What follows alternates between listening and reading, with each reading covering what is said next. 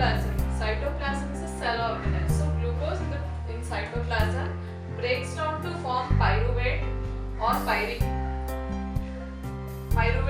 pyruvic acid plus energy. And what will be the next fate of the pyruvate?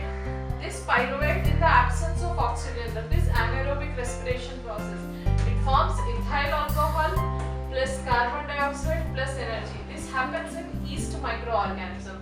So that chemical reaction is represented here.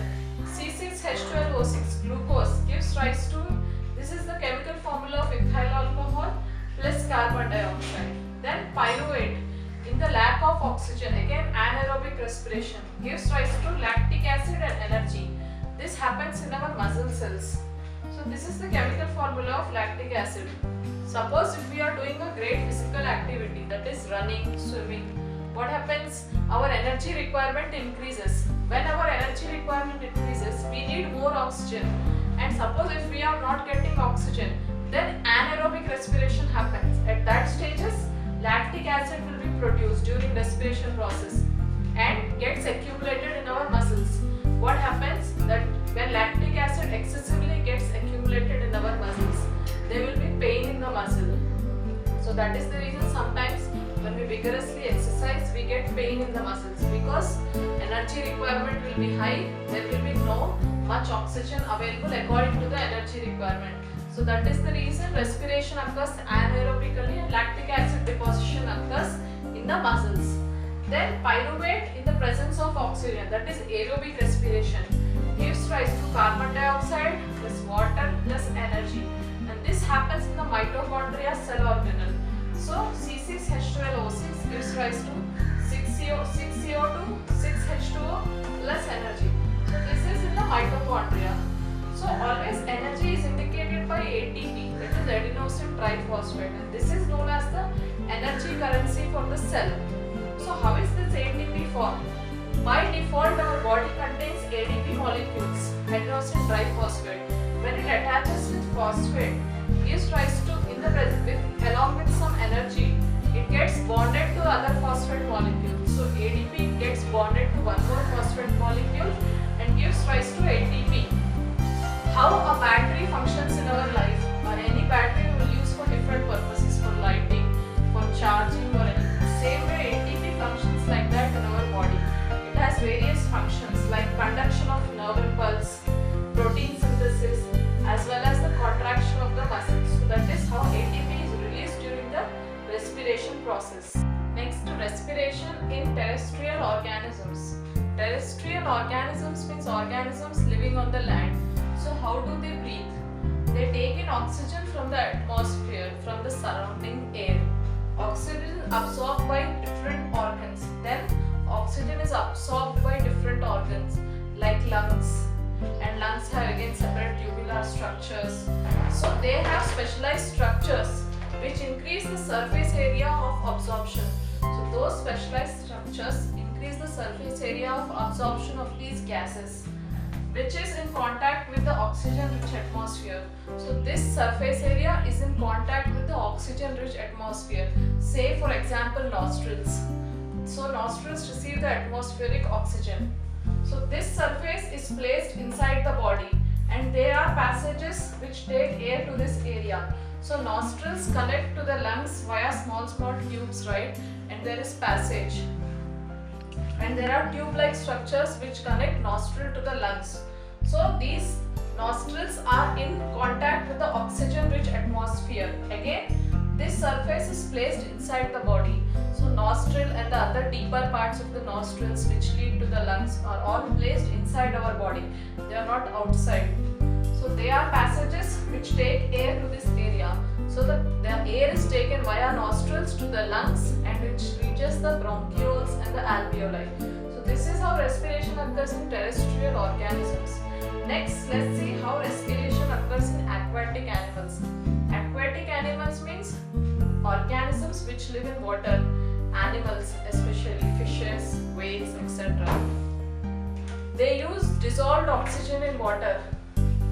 So they use oxygen dissolved in water. The amount of oxygen which is present in the water is very less when compared to amount of oxygen present on the land. this is the reason why the breathing rate of animals, aquatic animals, is much more than those of terrestrial animals. What do I mean by breathing rate? Breathing rate is nothing but the number of breaths we take per minute, number of breaths per minute. So amount of oxygen dissolved is less than the amount of dissolved oxygen in air. The amount of dissolved oxygen is water. Amount of dissolved oxygen in water is very less when compared to the quantity of oxygen in air. That is the reason breathing is faster in aquatic animals and breathing rate is higher when compared to the terrestrial animals. How do fishes breathe? Example, fishes always take water to their mouth and leave out the water through the gills. And in this process, fishes take in water to their mouth and push through the gills, where the dissolved oxygen is absorbed by the blood. So in the process of taking of oxygen in this process, the fishes take water in the mouth. From the mouth they take water and push it via gills. So in this transportation of water from the mouth to gills, in this process the dissolved oxygen in the water will be absorbed by the blood of the fish. So this is how aquatic animals breathe. Next, moving on to respiration in plants. We know plants breathe through their leaves, right? Leaves have stomata in them. These stomata have guard cells. Stomata are situated in the guard cells, which are kidney shaped, right? Again, guard cells contain chlorophyll pigment. So all these exchange of gases occurs in stomata, which are present in the guard cells. And these stomata have large intercellular spaces. So plants exchange gases through stomata. Large intercellular spaces are there to ensure that all the cells are in contact with the air. There is lot of space between the cells on the leaves, the stomata, guard cells and all. So this space makes sure that all the cells are in contact with the atmospheric air. Carbon dioxide and the oxygen exchange in the plants occurs through diffusion mechanism. Direction of diffusion depends on environmental conditions and plant requirements. So carbon dioxide and oxygen, that is exchange of gases, occurs through diffusion, and this diffusion depends on environmental factors as well as the plant requirements.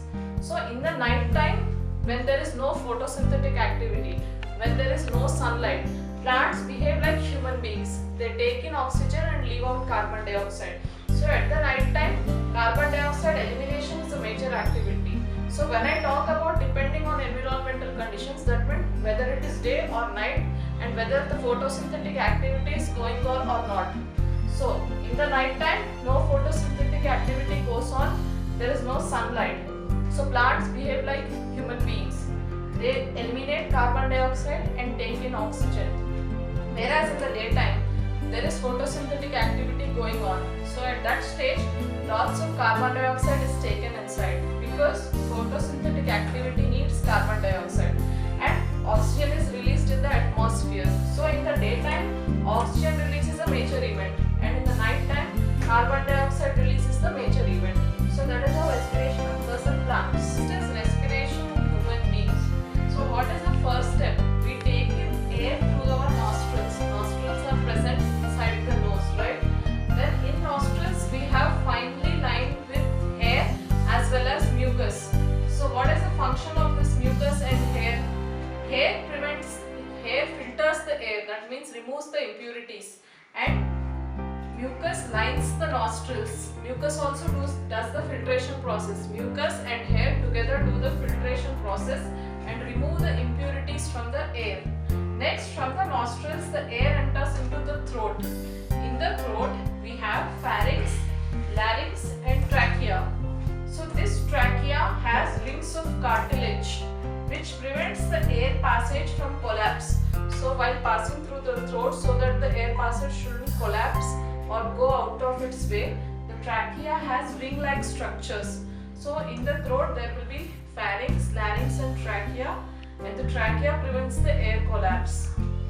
So next, from the throat, the air moves into the lungs. So in the lungs there are tube-like structures known as bronchi and bronchioles. The air first goes into these, and then these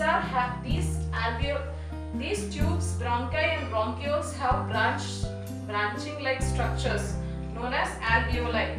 So tubes that are bronchi and bronchioles have some branchings known as alveoli. Alveoli look like balloon. So they are balloon-like structures, and alveoli is the site where exchange of gases occur. So exchange of gases, why does it occur? Due to the pressure difference. Since there is pressure difference over there, the exchange of gases occur in the alveoli. Next, alveolus. Alveoli contains something known as alveolus. So alveolus is a thin membrane where blood capillaries open. So this alveoli also contains blood vessels. So the last site is alveoli. Alveoli is a balloon-like structure, and alveoli contains blood vessels. And alveoli is the site where exchange of gases occurs. And exchange of gases occurs due to pressure difference. And this alveoli have some structure called alveolus. Alveolus is a thin membrane structure where the blood capillaries open. So this is how the air passes from the nostril to the lungs. So when we take in air, it is known as the inhalation. When we breathe in air, the ribs are lifted.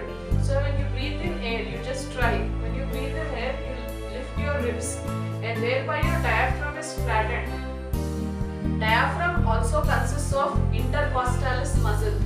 Intercostalis muscle and diaphragm together help in the breathing process. So when you inhale the air, ribs are lifted and diaphragm is flattened along with the intercostalis muscle, and then there is increase in size of the chest cavity. Then the air is sucked into the lungs and alveoli expands. That is how inhalation occurs. When you take in air, ribs are flattened, ribs are lifted, diaphragm along with the intercostalis muscle is flattened, and then there is increase in the chest cavity, which creates a space, and then air is sucked into the lungs, and then alveoli expands, thereby breathing occurs.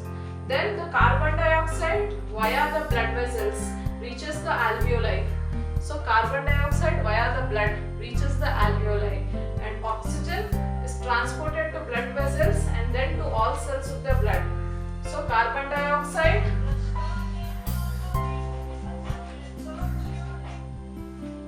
blood carries carbon dioxide to the alveoli, and then oxygen is transported to blood vessels and then to all cells of the body.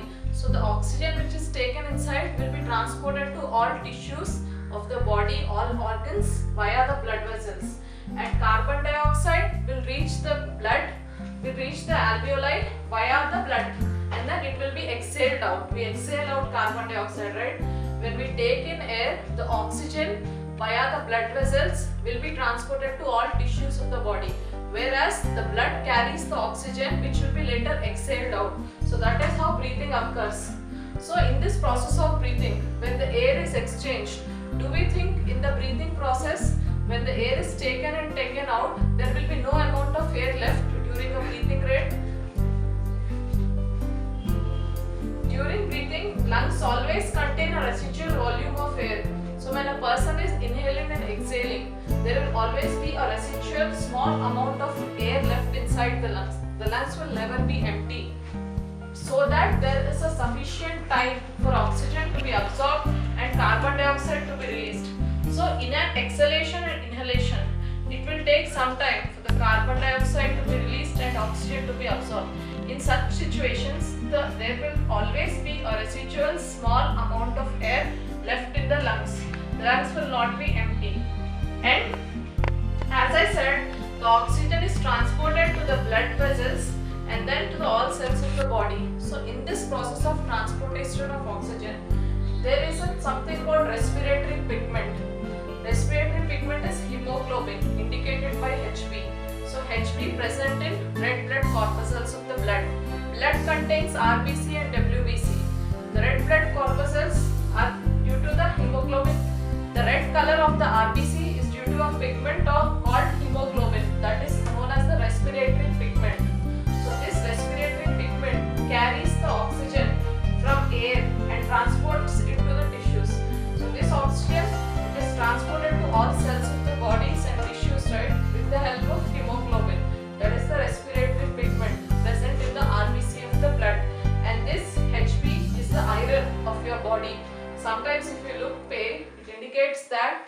reduction in the Hb of your body. So carbon dioxide is transported in the dissolved form in the blood. So oxygen is transported via respiratory pigment hemoglobin, which is present in the RBC. But carbon dioxide is transported in the dissolved form in the blood.